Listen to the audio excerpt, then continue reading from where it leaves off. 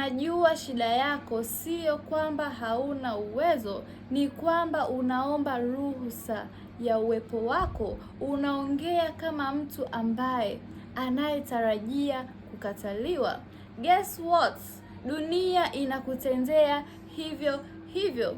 Kuna tofauti kubwa kati ya mtu ambaye anayezungumza kwa uhakika na yule anayepiga kelele. Watu wengi wanapozungumza wanajishusha, wanajirekebisha kila muda, wanatafuta approve kutoka kwa watu wengine. Lakini mtu mwenye confidence anaongea kama tayari ameshachaguliwa. Unapoingia sehemu, usiingie kama mgeni, ingia kama uwepo wako una maana.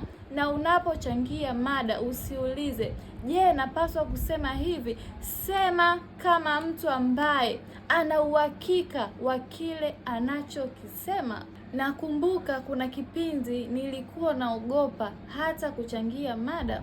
Sio kwamba nilikuwa sina pointi kichwani mwangu, nilikopo nazo, lakini uoga wa kusimama, uoga wa kuonekana ulikuwa umenitawala. Nilikuwa nawaza, je, nikikosea watu wakinicheka? Na ukweli ni huu, nilikuwa najinyima nafasi yangu mwenyewe.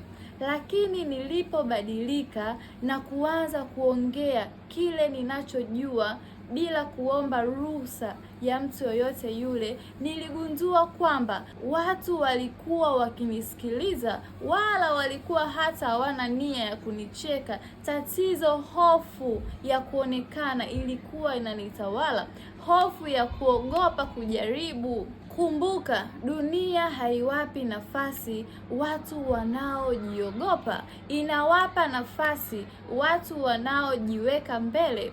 Kwa hiyo, kuanzia leo, usiongee kama mtu ambaye anayeweza kukataliwa. Ongea kama mtu ambaye anayejua anachotaka kusema, na dunia inapaswa imsikilize. I love you guys. Thank you for watching.